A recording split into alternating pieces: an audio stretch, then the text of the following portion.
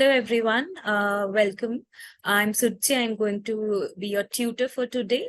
So today we're going to start a new paper that is called Introduction to Social Psychology. So let us begin. First, we'll try to understand what social psychology means and what is the scope and importance of the same. So social psychology is made up of, as you can see, two words, social and psychology.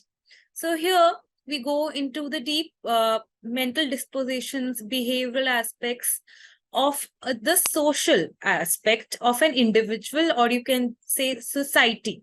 So first of all, social psychology helps us to study what the individual is thinking, and the thinking is related, can be related how the individual thinks in terms of the implied or the real existence of any individual. So the thinking is in relation with the society, or you can say the people around them. So as you know, as we human beings are social animals, so each and every, you can say, thought, emotions, and even our actions are influenced by how the people around us behave, what the society expects of us, what is the standardized, or you can say the normalized way of behaving. So that is not just bound to how an individual's thinking is influenced by the society. It can be the other way around also. How the society is influenced by each and every individual. So you can say the impact is a two-way process. So apart from that, also social psychology focuses on the understanding on the group behavior. So if we talk about any group, so a group can be two or more people. So what are the stages, how the group form, what are the conflicts it goes through, and is or not the behavior of each and every individual changes when they come together in a group. So social psychology is basically focusing on all aspects of our social existence. So it is not just limited to, you can say, how our near surrounding influences, be it our parents, families, peer group, different institutions. It can be due to any or every ecological system that works around us. So as you can see in the points written also, we have summarized the scope and importance of the social psychology in the similar manner. So it helps to understand ourselves also in relation to the world also, and how the world, or you can say the society, is influenced by an individual.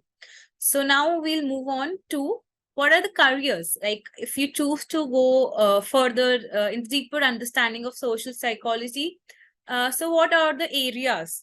So you can say some of the areas like organization psychology, even our HR specialists, all these utilizes social psychology in some or the other manner, because here also we're trying to understand what are the mental disposition of the customers, how their thinking can be influenced according to the social trends which are going on in the environment, how good we are able to you can say identify what are the thinking of the individual, what are their expectations. So going into the minds of other people, understanding the bond.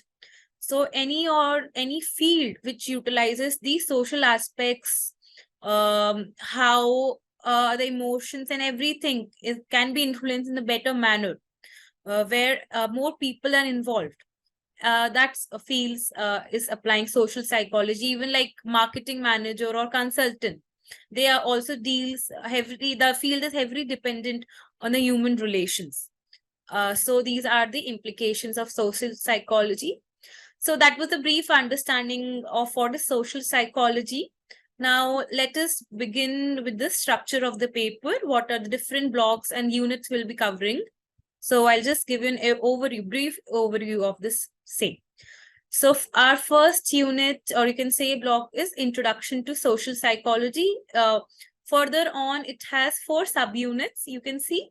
So the first is Nature and Concept of Social Psychology. Here, a brief understanding will be given. What are the different meanings of social psychology? how social psychology is related to other disciplines. You can say sociology. What are the differences between them? The next is second unit, that is social cognition and attribution theory. So it tries to understand like how we, as you can see, it uses the word attribution. That is how we associate or attribute the cause of other people behavior. So in some manner, some people attribute through their internal factor like personality, or it could relate to external causes like the environmental situation. We'll study about it later also. Then the third unit is methods of social psychology. So what are the methods that social psychology utilizes, like behavioral, experimental, and further on, we'll go further on the different 4 or 5 methods of social psychology. Then the last unit is current trends in social psychology. So if we'll understand where social psychology currently is being utilized, like organization psychology or even health psychology. So that was about the block 1. Then we'll move on to the block 2 of the paper, that is processes of social influence. So first we'll understand different theories, how social influence is conceptualized, how the behavioral aspects and even the thinking attitude of other people is heavily dependent on the social aspects of a society. Then the second unit focuses on the pro-social behavior. And what are the factors? Like pro-social behavior is basically the helping behavior that our human beings tend to exhibit, and it is not just related if or whether they are expecting anything in return. There can be an expectation, and that is can be confused with altruism also. So we'll study more about that also. Then the third unit is interpersonal attraction. So it's a very a common phenomena of getting attracted. Is we human beings use the words like I like or I love. So it can be in different relation, be it with our friends, family, spousal relation. So we'll study that also. Then the fourth unit is aggression and violence. So we'll study what are the prominent factors, causes that leads to aggression and violence. What are the various theories that study on these concepts. So these are the 4 units of block 2.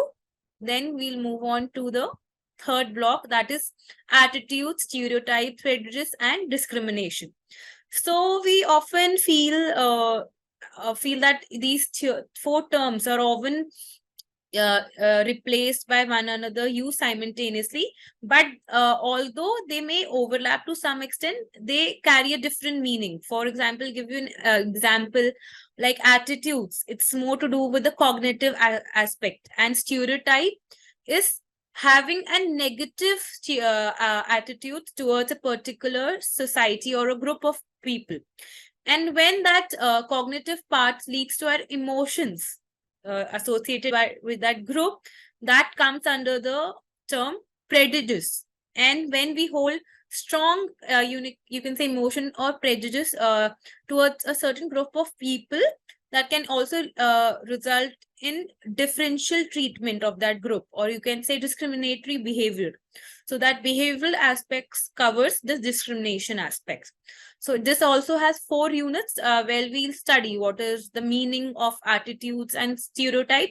And then we'll also study how the attitudes is formed, whether it is to the direct ecological system like our family, peers, or school also. What are the institutions that lead to that? And there are other forms also like media, social media, how that also leads to the formation of group. And similarly, how attitude can be changed, whether to, because obviously attitudes, it's a learned behavior, so thus it can be unlearned also. So that is considered in the attitude change. Then we'll also study deeper into the meaning of prejudice and discrimination also. What are the theories behind it? Then the last is social conflicts and its resolution.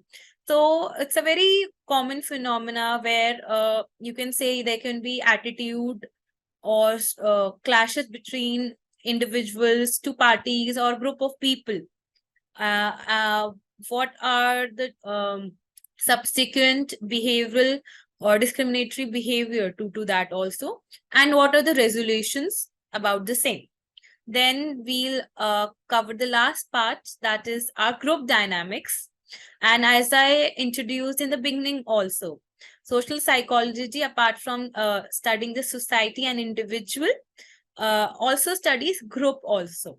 So here we'll study what is the meaning of the group, how the groups are formed, the types of groups, how what are the different stages of the group formation, how the dynamics work, whether being in a group influences our own individual perceptions also, or you can say attitudes also, and whether or not being in a crowd, like crowding, influences our own social identity also, because we often see we often associate our own identity to social institution, like I am a member of so and so school, I have been studied in this institution. So a large part of our identity, that is social identity, also plays a role in our development. Then the third is cooperation, competition, and conflicts. So obviously, as human beings, apart from the competition and conflicts, there are different factors also that leads to cooperation as well. So these different elements, different aspects will be studied in the social psychology. So that is about the introduction. And I hope you see sooner in the next aspect of the paper. We'll begin studying each and every block and unit one by one. Till then, bye-bye, guys.